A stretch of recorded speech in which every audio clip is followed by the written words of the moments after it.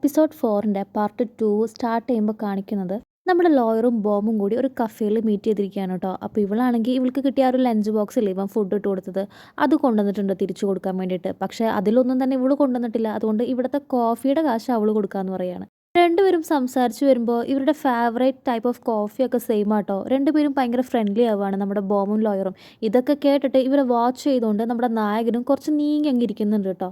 നായകൻ ഇവിടെ ഇരിക്കുന്നത് ഒരു 5-6 സെക്കൻഡ് കഴിയുമ്പോൾ നമ്മുടെ ലോയറും കാണുന്നുണ്ട്. ആ സമയത്താണ് നമ്മുടെ ബോം ചോദിക്കുന്നത്, അല്ല സാധാരണ എല്ലാവരും ചോദിക്കുന്ന പോലെ എന്തിനാ സിയോളിന്ന് ഇങ്ങോട്ട് വന്നേ, എന്തായിരുന്നു പ്രോബ്ലം, ഇങ്ങനെയുള്ള കാര്യങ്ങളൊന്നും നിങ്ങൾക്ക് എന്നോട് ചോദിക്കാനില്ലേ എന്ന് ബോം ചോദിക്കുകയാണ് കേട്ടോ. ലോയറായ ജുൺ എന്താ പറയുന്നതെന്ന് വെച്ച് കഴിഞ്ഞാൽ ഓരോരുത്തർക്കും ഓരോ പെയിൻഫുൾ ആയിട്ടുള്ള കാര്യങ്ങളുണ്ടായിരിക്കും. ഇപ്പോൾ വീണ്ടും അതിനെക്കുറിച്ച് ചോദിച്ചു കഴിഞ്ഞാൽ വിഷമാവുള്ളൂ. അതുകൊണ്ട് തന്നെ അതൊന്നും ചോദിക്കേണ്ട ആവശ്യമില്ല എന്ന് പറയാണ്. മാത്രമല്ല കൺട്രി സൈഡിലുള്ള ആളുകളൊക്കെ നമ്മുടെ ലൈഫിനെ കുറിച്ച് അറിയാൻ ഭയങ്കര ക്യൂരിയസ് ആയിരിക്കും. അപ്പോൾ അവരൊക്കെ വീണ്ടും വീണ്ടും ചോദിക്കും. പക്ഷെ നമ്മൾ അങ്ങനെയല്ലല്ലോ ശരിക്കും വേണ്ടതെന്നാണ് ലോയർ പറയുന്നത്. ഈ കേൾക്കുന്ന ബോം പറയുന്നുണ്ട്, ശരിക്കും എൻ്റെ മനസ്സിലുള്ള കാര്യങ്ങൾ തന്നെയാണല്ലോ നിങ്ങൾ സംസാരിക്കുന്നതെന്ന്. ഉണ്ണാണെങ്കിൽ നമ്മുടെ ഹീറോ കേൾക്കാൻ വേണ്ടിയിട്ട് മാക്സിമം ഉറക്കെയാണ് കേട്ടോ സംസാരിക്കുന്നത്. നമ്മുടെ നായകനാണെങ്കിൽ അത്യാവശ്യം വിഷമമൊക്കെ ആവുന്നുണ്ട് കേട്ടിട്ട്. നെക്സ്റ്റ് സീനിൽ ജയിക്കു നായ്ക്കുട്ടീനെയും കൊണ്ടിട്ട് വെറ്റിനറി ക്ലിനിക്കിൽ വന്നിരിക്കുകയാണ് കേട്ടോ. അപ്പോൾ അവൻ അവിടെ ഇരുന്ന് ഇങ്ങനെ ആലോചിക്കുന്നുണ്ട്. അതായത് എന്തിനു വേണ്ടിയിട്ടാണ് ഇപ്പോൾ അവർ രണ്ടുപേരും സംസാരിക്കുന്നത് കേൾക്കാൻ വേണ്ടി ഞാൻ കഫേയിലേക്ക് പോയേ. മാത്രമല്ല ഞാനൊരു ഓൾഡ് ഫാഷൻഡ് ആയിട്ടുള്ള ഒരാളാണ്. എനിക്കൊരാളെ ഇഷ്ടപ്പെട്ട് കഴിഞ്ഞ് കഴിഞ്ഞാൽ അയാൾക്ക് എന്തെങ്കിലും വിഷമമുണ്ടെന്ന് അറിഞ്ഞാൽ അതെന്താണെന്ന് ഞാൻ അന്വേഷിക്കും. അത് എൻ്റെ ഒരു ക്യാരക്ടറാണ്. ഈ സിയൂളിൽ നിന്ന് വരുന്ന ആൾക്കാർ, അതായത് ഈ സിറ്റിയിൽ നിന്ന് വരുന്ന ആൾക്കാർ പറയുന്ന പോലെയുള്ള ബൗണ്ടറി ഒന്നും എനിക്കറിയില്ല എന്ന് പറയാണ് കേട്ടോ അവൻ. എന്നിട്ട് ഇവൻ നായക്കുട്ടിയുടെ അടുത്ത് ചോദിക്കുന്നുണ്ട്, അല്ല നിനക്കറിയോ എന്തെങ്കിലും വഴി നിന്റെ അമ്മേനെ, അതായത് പെറ്റിൻ്റെ ഓണർ, പെറ്റിൻ്റെ അമ്മ എന്ന് പറഞ്ഞിട്ട് ബോമിൻ്റെ പേരാലോ. അപ്പോൾ ബോമിനെ വിഷമിപ്പിക്കാതെ ഒരു സോറി പറയാൻ, ആ ലൈൻ ക്രോസ് ചെയ്യാതെ സോറി പറയാൻ എങ്ങനെയാണെന്ന് ചോദിക്കുകയാണ് പെറ്റിൻ്റെ അടുത്ത്. നെക്സ്റ്റ് സീനിൽ നമ്മുടെ കള്ള ലോയർ ഉണ്ടല്ലോ, ഈ ഫുഡ് എവിടുന്ന കൊണ്ടുവന്നതെന്ന് വെച്ച് കഴിഞ്ഞാൽ നമ്മുടെ ബോമിൻ്റെ അച്ഛൻ ഉണ്ടാക്കിയ ഫുഡാട്ടോ. അതുകൊണ്ടാണ് ഈ ഫുഡ് കഴിച്ചപ്പോൾ ബോമിൻ്റെ അച്ഛൻ്റെ ഫുഡിൻ്റെ അതേ ടേസ്റ്റ് വന്നേട്ടോ. അച്ഛനാണെങ്കിൽ ഈ ഒരു ലഞ്ച് ബോക്സ് ഫുള്ള് ബോം കഴിച്ചു എന്ന് പറഞ്ഞപ്പോൾ ഭയങ്കര ഹാപ്പി ആവുകയാണ് കേട്ടോ. അമ്മയും നല്ല ഹാപ്പി ആവുന്നുണ്ട്.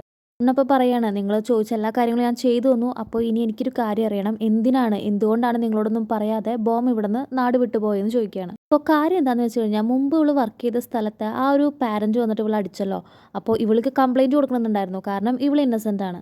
പക്ഷേ ഇവളുടെ അമ്മയും അച്ഛനും അതിന് സമ്മതിച്ചില്ല. കാരണം അമ്മ വലിയൊരു ഹീറോയിൻ അല്ലേ. അപ്പോൾ ഇങ്ങനെ എന്തെങ്കിലുമൊക്കെ പ്രോബ്ലം പുറത്തേക്ക് വന്നു കഴിഞ്ഞാൽ അമ്മയുടെ ആ ഒരു ഫെയിമിനെ അത് അഫക്റ്റ് ചെയ്യും. അതുകൊണ്ട് കംപ്ലൈൻറ്റ് ഒന്നും കൊടുക്കണ്ടെന്നാണ് അമ്മ പറയുന്നത്. അച്ഛനാണെങ്കിൽ ഇവളെ കംപ്ലീറ്റ് ആയിട്ട് വിശ്വസിക്കുന്നില്ല കേട്ടോ. അച്ഛൻ ചോദിക്കുന്നത്, ശരിക്കും നിന്റെ ഭാഗത്ത് തെറ്റൊന്നും ഇല്ലെന്ന് നിനക്ക് ഉറപ്പുണ്ടോ എന്ന് ചോദിക്കുകയാണ്.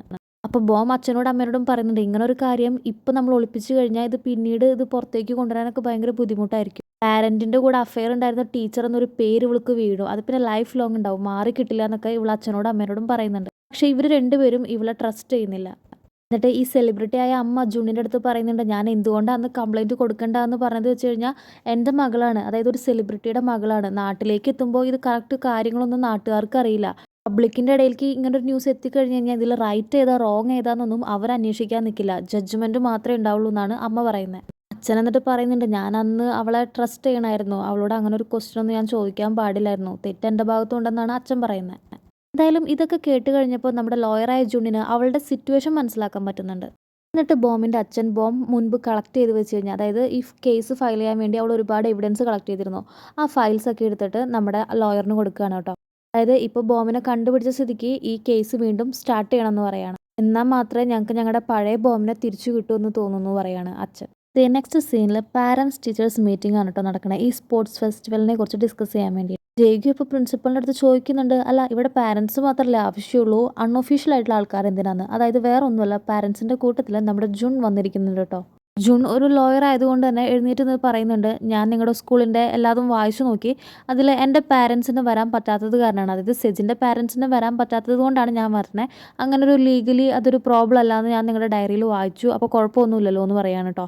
എന്നിട്ട് ഇവൻ വായിച്ച ആ ഫോംസ് ഒക്കെ എടുത്ത് കാണിച്ചു കൊടുക്കുകയാണ്. ഇനിയിപ്പോൾ തിരിച്ചു പറയാനായിട്ട് നമ്മുടെ നായകൻ്റെ കയ്യിലൊന്നുമില്ല. അപ്പോൾ പ്രിൻസിപ്പൾ ചോദിക്കുകയാണ്, അപ്പോൾ അത് സെറ്റിലായ സ്ഥിതിക്ക് ശരിക്കുള്ള കാര്യം പറയാം. അതായത് ടീം വൈറ്റും ടീം ബ്ലൂവും ഉണ്ട്. അപ്പോൾ രണ്ട് ടീമിലേക്കും പാരൻസിൻ്റെ സൈഡിൽ നിന്ന് ലീഡർ വേണം. അപ്പോൾ ടീം വൈറ്റിൻ്റെ ലീഡർ ആവാൻ ആരാണ് റെഡി ആവുന്നത് ചോദിക്കുകയാണ്. അപ്പോഴാണ് നമ്മുടെ ജയ്ഗു തലേദിവസം ഇവൻ വെറ്റിനറി ക്ലിനിക്കിൽ ഇരുന്നപ്പോഴത്തെ ഒരു സംഭവം ആലോചിക്കുന്നത്. ഇവനുണ്ടായിരുന്ന ഈ സെയിം ടൈമിൽ തന്നെ നമ്മുടെ നായിക വന്നിട്ടുണ്ട്. പക്ഷെ നമ്മുടെ നായികയ്ക്ക് അറിയില്ലായിരുന്നു ഇവൻ ഇവിടെ ഉണ്ടെന്ന്.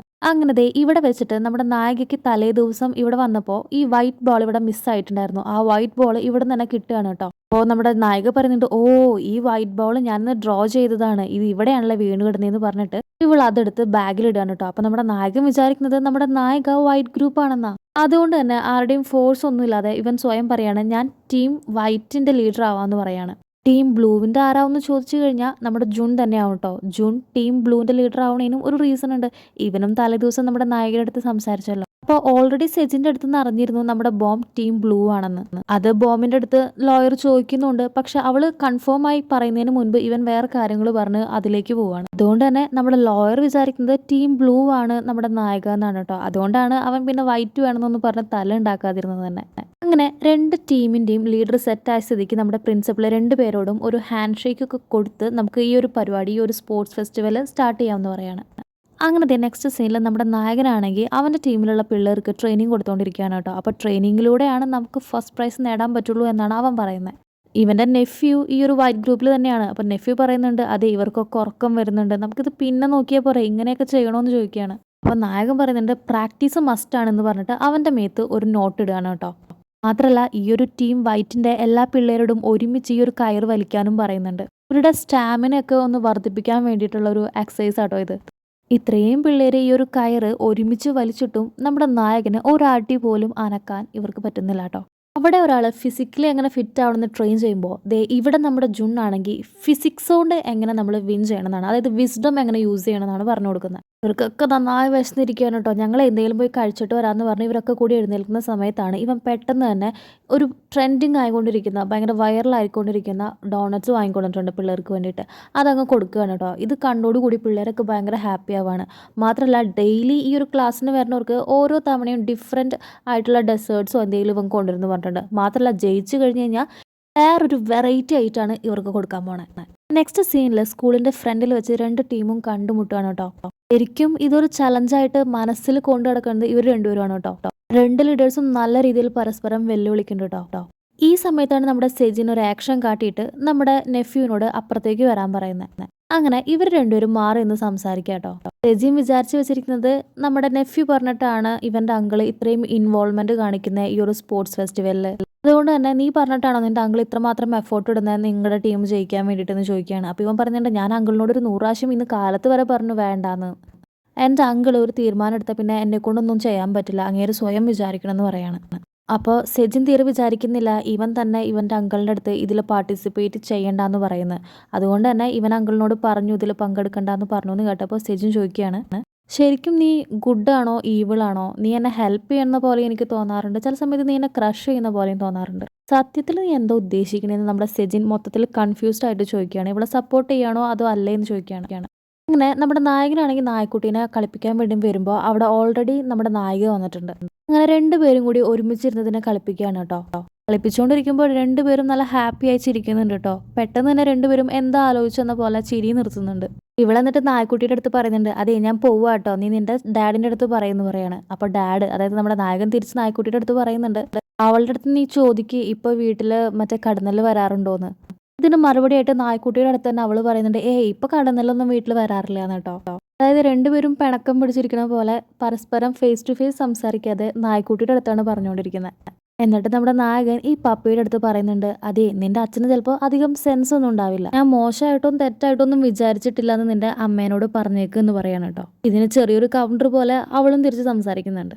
ഇവൻ എന്നിട്ട് പോക്കറ്റിൽ നിന്ന് കുറച്ച് കാശ് എടുത്തിട്ട് നായക്കുട്ടിക്ക് കൊടുക്കുകയാണ് കേട്ടോ. എന്നിട്ട് പറയാണ്, ഈ കാശ് കൊണ്ട് നീ അങ്ങ് എൻജോയ് ചെയ്തേക്കുന്നു നായക്കുട്ടിയുടെ അടുത്ത്. എന്നിട്ട് വൈറ്റ് ബോൾ എടുത്തിട്ട് നായക്കുട്ടിയുടെ അടുത്ത് വീണ്ടും പറയുന്നുണ്ട്, അതെ പാരൻസിൻ്റെ ലീഡേഴ്സ് ഞാനാണ് വൈറ്റ് ടീമിൻ്റെ, അതുകൊണ്ട് തന്നെ നമ്മൾ ജയിച്ചിരിക്കും എന്ന് നായക്കുട്ടിയുടെ അടുത്ത് പറയാണ് കേട്ടോ. ഇത് കേൾക്കുമ്പോൾ നായിക ഷോക്ക് ആവുകയാണ്. അവൾ ഇതുവരെ ഇത് അറിഞ്ഞിട്ടുണ്ടായിരുന്നില്ല. ഈ കാശും ആ ബോളിൻ്റെ കാര്യമൊക്കെ പറഞ്ഞിട്ട് അവൻ അവിടെ നിന്ന് എഴുന്നേറ്റ് പോവാണ് കേട്ടോ. ഈ കാശ് ശരിക്കും അവൾക്ക് തന്നെയാണ് കൊടുത്തത്. കാരണം അന്ന് ആ കടന്നലിനൊക്കെ മാറ്റിയപ്പോൾ ഇവള് കുറച്ച് കാശ് കൊടുത്തില്ലേ, ആ കാശാട്ടോ. അങ്ങനെ സ്പോർട്സ് ഫെസ്റ്റ് നടക്കാൻ പോവാണ് കേട്ടോ. പിള്ളേരെല്ലാവരും കൂടിയിട്ട് നല്ല അടിപൊളിയായിട്ടാണ് അറേഞ്ച്മെൻറ്റ്സ് എല്ലാവരും ചെയ്യുന്നത്.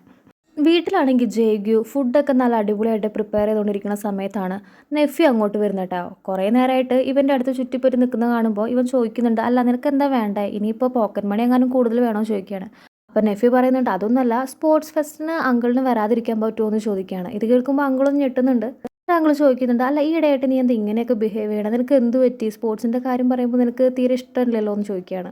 ഇത് കേൾക്കുമ്പോൾ നെഫ്യൂ തിരിച്ച് ചോദിക്കുന്നുണ്ട്, അല്ല അങ്കിളിന് എന്ത് പറ്റി, അങ്കിൾ എന്തിനിപ്പോൾ ഞങ്ങളുടെ സ്പോർട്സ് ഫെസ്റ്റിന് വന്നിട്ട് ജയിക്കണം എന്ന് ഇത്ര വാശിയൊക്കെ എന്ന് ചോദിക്കുകയാണ്.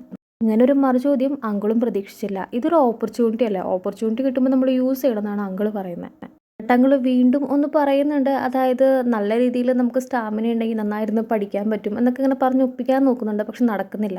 അതുകൊണ്ട് തന്നെ പെട്ടെന്ന് കാര്യം പറയുന്നുണ്ട്. കാര്യം വേറെ ഒന്നുമല്ല, നിങ്ങളുടെ ഹോം റൂം ടീച്ചർ, അതായത് നിങ്ങളുടെ ടീച്ചർ ബോമിന് ഈ ഗെയിമിൽ ജയിക്കണമെന്നുണ്ട്. ടീച്ചറിൻ്റെ ആഗ്രഹം അതാണെങ്കിൽ അത് നടക്കട്ടെ. അപ്പോൾ ടീച്ചർ ചിലപ്പോൾ നിങ്ങളെ നന്നായി പഠിപ്പിക്കുമായിരിക്കും എന്നാണ് പറയുന്നത്. ഇത് കേൾക്കുമ്പോൾ നെഫ്യൂ പറയുന്നുണ്ട്, എൻ്റെ ഹോം റൂം ടീച്ചർ ജയിക്കണമെങ്കിൽ അങ്കിൾ വരാതിരിക്കുക വേണ്ടത്, കാരണം home room teacher team blue ആണെന്ന്. അപ്പോൾ ജയ്ക്ക് പറയുന്നുണ്ട്, അങ്ങനെ വരാൻ ചാൻസ് ഇല്ല, ഞാൻ വൈറ്റ് ബോൾ കണ്ടതാണ്. ജയ്ക്ക് പറയുന്നുണ്ട്, അതൊക്കെ പിന്നീട് മാറ്റി, സെജിൻ്റെ ചേട്ടനും ഹോം റൂം ടീച്ചർ ബ്ലൂ തന്നെയാണെന്ന് പറയുന്ന കേട്ടു എന്നൊക്കെ ഇവനിങ്ങനെ പറയാണ് കേട്ടോ അങ്കിളിൻ്റെ അടുത്ത്. അപ്പോൾ ഹോം റൂം ടീച്ചർ ജയിക്കണമെങ്കിൽ അങ്കിൾ വരരുത് എന്ന് പറയാണ്. നൈസായിട്ട് ഒന്ന് സെറ്റാക്കാൻ നോക്കുകയാണ് കേട്ടോ അങ്കിളിനെ. നെക്സ്റ്റ് സീനിൽ നമ്മുടെ നായകൻ അവൻ്റെ വൈറ്റ് ടീമിലെ പിള്ളേരോട് സംസാരിക്കുകയാണ് കേട്ടോ. ഇപ്പോൾ പിള്ളേരാണെങ്കിൽ ഭയങ്കര കോൺഫിഡൻസിലാണ് കേട്ടോ നിൽക്കുന്നത്. അവർക്കാണെങ്കിൽ ജയിച്ചേ തിരിയുന്നുള്ള സിറ്റുവേഷനിലാണ്.